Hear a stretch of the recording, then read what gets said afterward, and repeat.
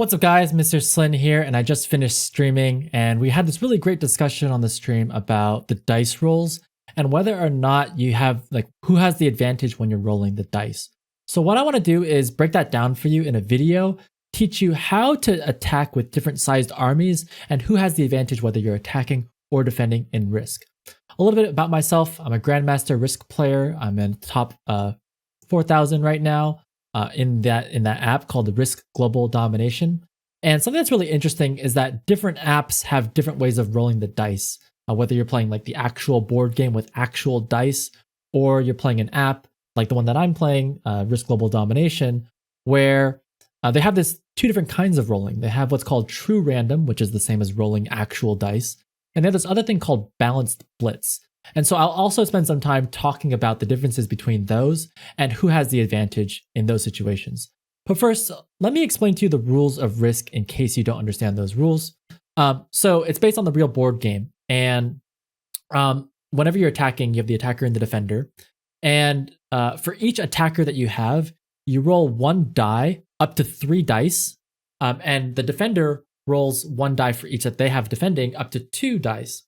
So what happens is both sides will roll, and you take the biggest numbers that you get, and then you compare them against each other. So you'll have these two up against each other and these two up against each other, and whichever is the higher number wins that particular battle. And so you have 2 battles potentially. And if there's a tie, the tie goes to the defender. And so a lot of people will say, oh, okay, like you're rolling 3 dice versus 2, so you have better odds when you're attacking. But then since the tie goes to the defender, it gets a little bit confusing as to who actually has the advantage. And when you do some research online, there's a bunch of different websites that will tell you different odds. And the best one that I found is this one called Data Genetics. And they did some kind of risk analysis. And I'll link to this in the video description so you can take a look at this for yourself. But this is the most important section down here, which is the results of the different battles. And the one that we're going to focus on is the most common one, which is the 3 versus 2. So if in a lot of situations in Risk, let's say you have like a big army attacking another big army, you're going to use the 3 versus 2. And something that I found to be really interesting is that the attacker wins both battles 37% of the time, meaning that of the 3 versus 2, you'll win both dice rolls 37% of the time. The defender wins or ties 29% of the time. So there's a 6% difference, absolute, I mean, not relative. But there's a 6% difference between attacking and defending. And then there's the final situation, which is that both sides lose 1. And that happens about 30, 33, 34% of the time. So that's really, really interesting because what that means is that you actually have attacker's advantage when you're attacking. So I'll give you a couple scenarios where you might run into this. Let's say you're holding South America and the other person's holding Africa. And so you stack your entire army on Brazil and they stack their entire army on North Africa. So it gets really tense and you're about to attack each other. What this says is you actually want to attack because you will have like a marginal advantage. 6% is not a lot, but you'll have a marginal advantage by attacking as opposed to being the defender in the situation. So a lot of people, what they'll do is they'll make a mistake here. They'll actually just like defend Brazil over and over again, right? They'll just keep sticking use there, but wait for the other person to attack.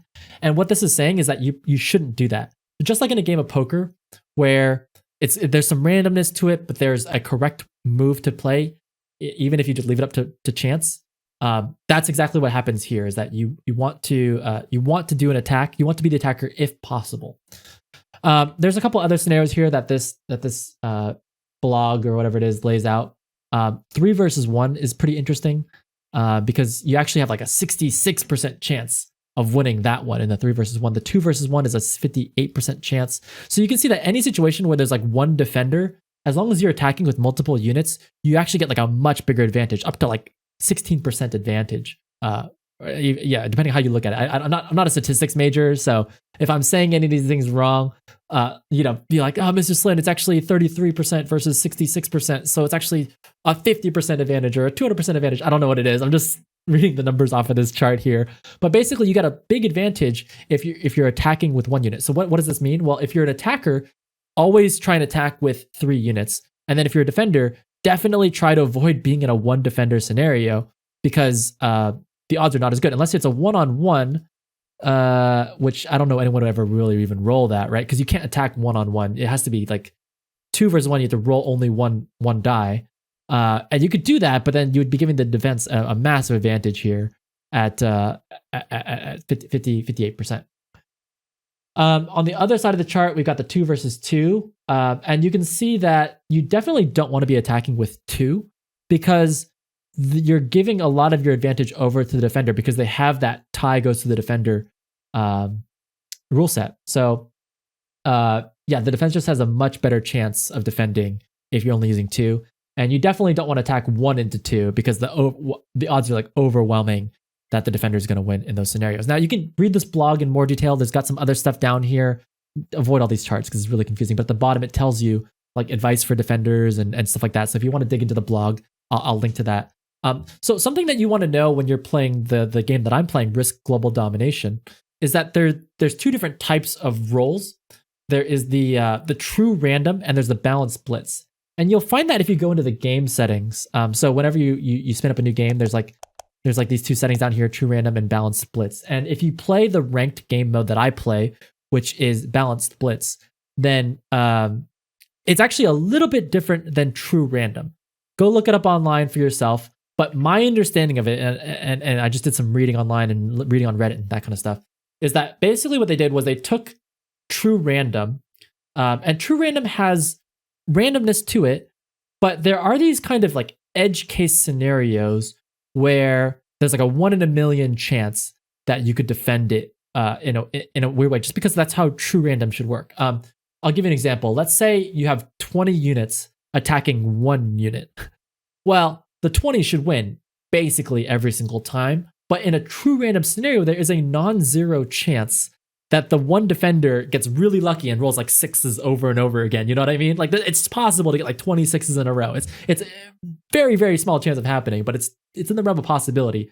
That's what true random is. And what balanced blitz does is that it takes some of those edge case scenarios, those impossible scenarios, and basically removes that as an option. So that way, every single time you attack a 20 into a 1, the 20 will always win. And in fact, it'll end up with a 19. And that's predictable. And the reason why the developers of the game added that in is because, especially in like competitive game modes, it definitely sucks to have these scenarios where like a 1 holds off a 20. I mean, you know, it is possible, and that is true to the true game of Risk. So, you know, feel free to debate in the comments or debate online, like if that's the right way to design the game or not. But the point is, if you're playing Risk Global Domination, the balance blitz is going to remove some of those outcomes. And so I thought about this. I believe it gives an even slightly more advantage to the attacker. So instead of like just a 6% advantage, if you take away those scenarios where like those edge cases, then it increases the attacker's odds of winning a little bit more. So if you didn't need more of a reason to attack, like now you have more of a reason to attack. One misconception, and I saw some debate online. I don't know the actual answer, and I don't want to bother doing the testing myself to find the answer. But one debate was about the manual rolling. So when you're playing Risk, when you attack, it like lets you choose what kind of roll you want to do. You can do a balanced roll. You can do a blitz roll, or you could do a manual roll, and it will let you choose 1, 2, or 3 dice to roll. Of course, as we saw in the tables that I just showed you, you basically never want to go for the 1 or 2. You always want to roll the maximum number of dice you possibly could, but it lets you choose. And a lot of people are under the impression that if I choose blitz, it does a balanced blitz roll. And if I do a manual 3 die roll, it will do a true random roll. And I saw some debates online, but my takeaway from this is that that's not true. My understanding of it is that actually whether you do a blitz roll or a manual roll, the odds will be identical. It's just a matter of how quickly you want to play the game. And the reason why I believe this to be true is because the settings are set in the pregame options. So a balanced blitz will govern the dice rolls for the entire game, whether you're rolling blitz or manual. Similarly, if you set it to true random, whether you roll it as a blitz or a manual, it will come out as a true random. That's my understanding of it. I would love for someone who's like way more experienced at Risk to tell me I'm wrong, or someone who's talked to the developers or something to tell me I'm wrong. But that's my understanding of it, is that whether you do it in a blitz way or manual way, it will still come out to balanced blitz. And therefore, you should just roll it as a blitz. So So you might be asking, like, what is even the point of having manual rolls in the game if it's always better to roll the maximum number of dice? I thought of 2 edge case scenarios that I can walk you through. But again, you 99 times out of 100, you would want to roll Blitz. Okay. So the first reason is so they made an update to the game, but before they made the update to the game, if you did a Blitz roll, it always took these 2 armies and then fought each other until one of them completely died. And so if you wanted to, like, let's say you did 100 versus 100, but you only wanted to send 30 units in, the only way to do only 30 units was to do manual rolls. But they added this feature to the game in the 3.0 update, which is it's like a little slider. And so if you only want to send in like a certain number of units and blitz roll those, you can move the slider now and send in just the 30 units you want to. So that's called the blitz attack limiter.